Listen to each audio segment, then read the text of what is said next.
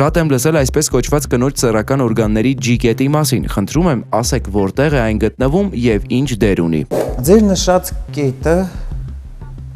իր անվանումը ստացել է ի պատիվ հեղինակի հայտնաբերողի Գրաֆենբերգի։ Այդ կետը համարվում է կնոջ էրոգեն գոտիներից թերևս ամենազարգացածներից մեկը կամ ամենազգայուններից մեկը եւ գտնվում է հեշտոցամուտքում առաջային պատի վրա, մոտավորապես 1 սանտիմետր խորության վրա։ Այն իրենից ներկայացնում է նյարդային ռեցեպտորներ ունեցող մի փոքրիկ կետ, որը խթանելիս կանանց պարգևում է սեքսուալ հաճույք եւ բավարարվածություն։ Այս կետի վերաբերյալ կան նաև հակասական կարծիքներ։ Ոմանք պնդում են, որ G կետի գրգռումը կարող է կնոջը բերել լիարժեք օրգազմի, մյուս մասնագետներն էլ այն կարծիքին են, որ G կետը կնոջ մոտ ծլիկի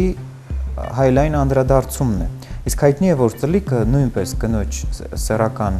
անատոմիայում ամենազարգացած եւ ամենազգայուն էրոգեն գոտիներից մեկն է։ Հետևաբար կարող ենք ասել, որ G կետը կնոջ համար կարևոր կետ է, կամ ասում են G զոնա, կամ նաև շատ հաճախ ասում են S զոնա, ի պատիվ մյուս ռուս հեղինակի Սվյադոշի, որը նույնպես հայտնաբերել է այդ կետը, բայց փաստը մեկն է, որ G կետը համարվում է կնոջ էրոգեն գոտիներից մեկը։ Ես չեմ ապրում սեռական կյանքով եւ հաճախ զբաղվում եմ ձեռնաշարժությամբ։ Վերջերս նկատել եմ, որ սերմնահեղուկս թափանցիկ է եւ չունի նախկին տեսքը։ Կուզենայի իմանալ պատճառը, անստորագիր։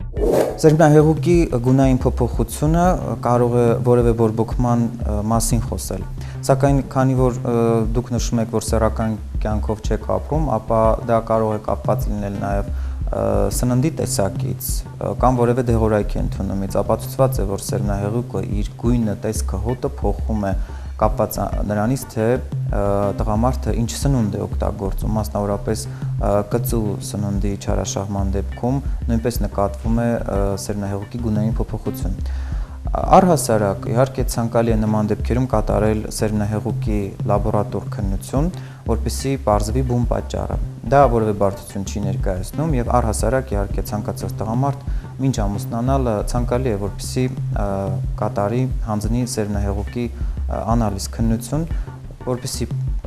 համոզվի, որ որևէ խնդիր չկա հետագայում մնացած խնդիրներից զերծ մնալու համար։